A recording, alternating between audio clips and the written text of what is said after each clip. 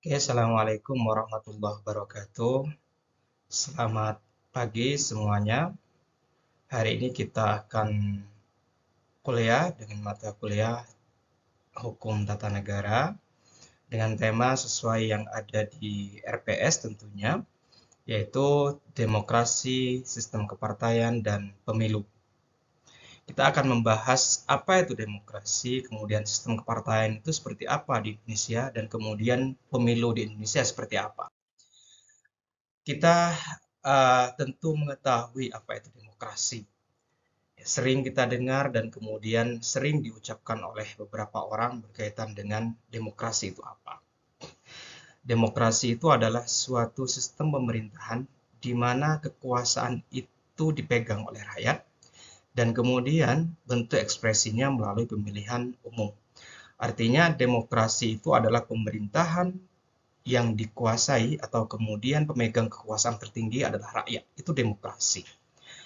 Secara istilah, demokrasi itu berasal dari bahasa Yunani kuno.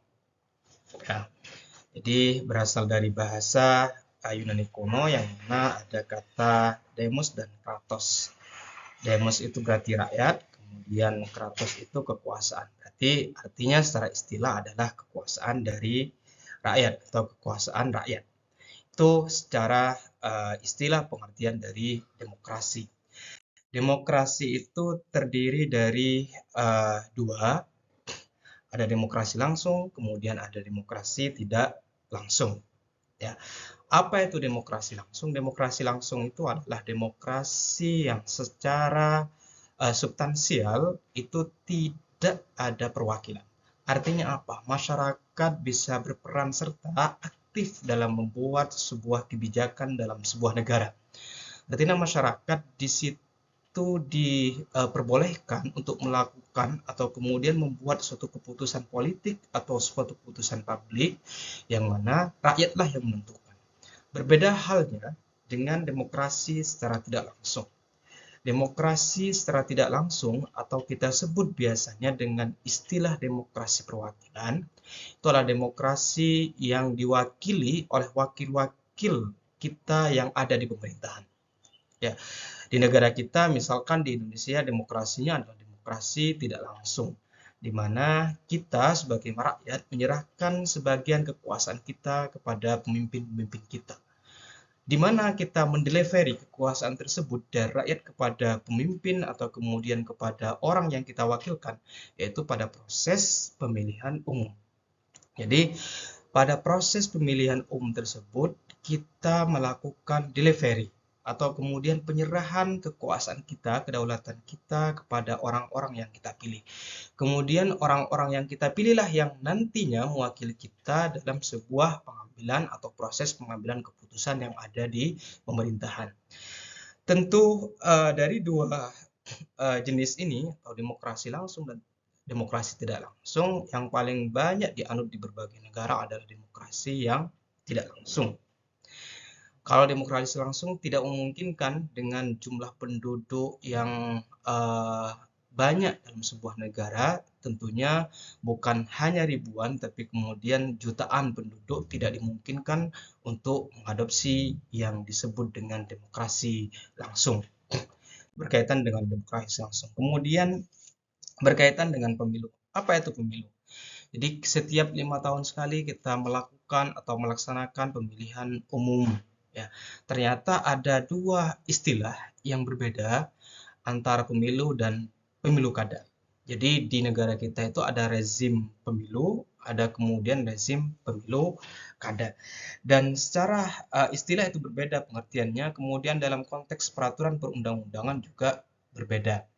Kalau kita mengistilahkan pemilu kada, pemilihan kepala daerah, itu maka asumsinya adalah memilih gubernur, wakil gubernur, kemudian memilih bupati, wakil bupati, atau memilih wali kota dan wakil wali kota. Itu rezim pemilu kada.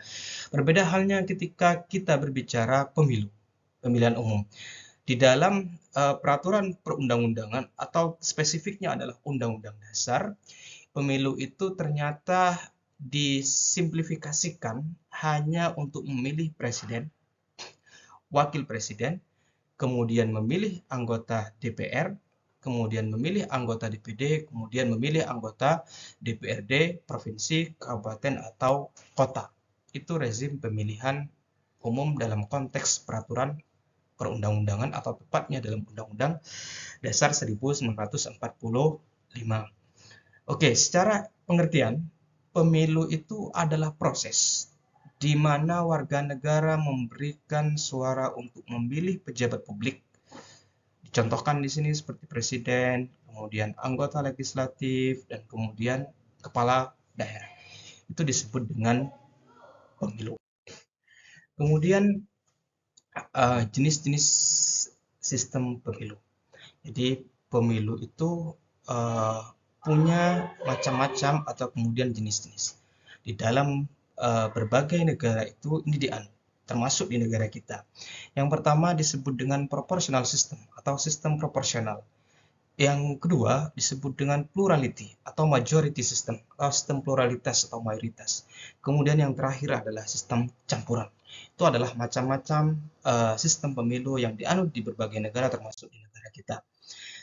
Kita beralih kepada sistem kepartaian di Indonesia. Jadi kalau kita berbicara sistem, maka sistem itu adalah sebuah satu kesatuan yang saling berkaitan, kemudian menjadi satu. Terus kemudian kalau kita berbicara partai politik adalah sebuah organisasi. Di negara kita, atau kemudian secara teoritis, partai itu dalam sebuah negara ada sistem multipartai, kemudian ada sistem duipartai. Kalau multipartai itu biasanya dalam sebuah negara menerapkan banyak partai politik.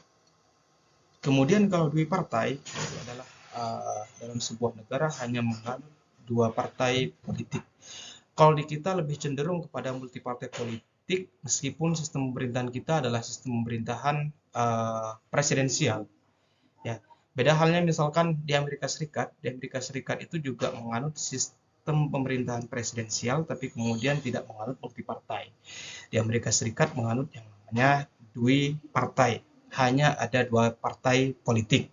Di negara kita bukan hanya dua partai politik, tapi kemudian banyak partai politik. Apa kelemahan dan kekurangannya?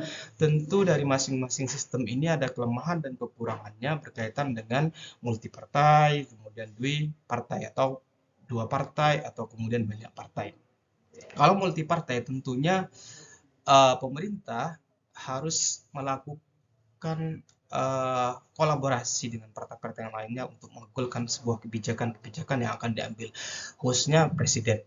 Tapi kalau duipartai, untuk mengkomunikasikan program-program yang sudah ada tentunya tidak akan membuat sulit bagi yang berkuasa atau presiden. Contoh di negara kita ini sistemnya presidensil. Kemudian sistem partai politiknya adalah multipartai. Tentu presiden dalam membuat kebijakan harus mengkomunikasikan sebuah kebijakannya kepada partai politik melalui Dewan Perwakilan Rakyat. Yang mana Dewan Perwakilan Rakyat itu adalah sebuah perwakilan yang kemudian mereka dipilih melalui partai politik, yang tentunya presiden sebagai kepala negara, sebagai kepala pemerintahan harus bisa mengkomunikasikan kebijakan-kebijakan yang akan diambil melalui anggota DPR. Tentunya kalau partai politiknya tidak dikuasai atau partai politiknya cenderung ya oposan atau banyak yang posisi, kebijakan-kebijakannya akan banyak terhambat. Yang terakhir adalah tugas materi berkaitan dengan tema ini, tema demokrasi, kepartaian, dan pemilu. Silahkan menganalisis kelemahan dan kelebihan demokrasi, pemilu, dan sistem kepartaian yang ada di Indonesia. Tugas ini nanti dikumpulkan pada pertemuan berikutnya. Oke, untuk materi demokrasi, kepartaian, dan pemilu saya cukupkan sampai di sini. Kurang lebihnya saya mohon maaf. Saya akhiri. Wassalamualaikum warahmatullahi wabarakatuh.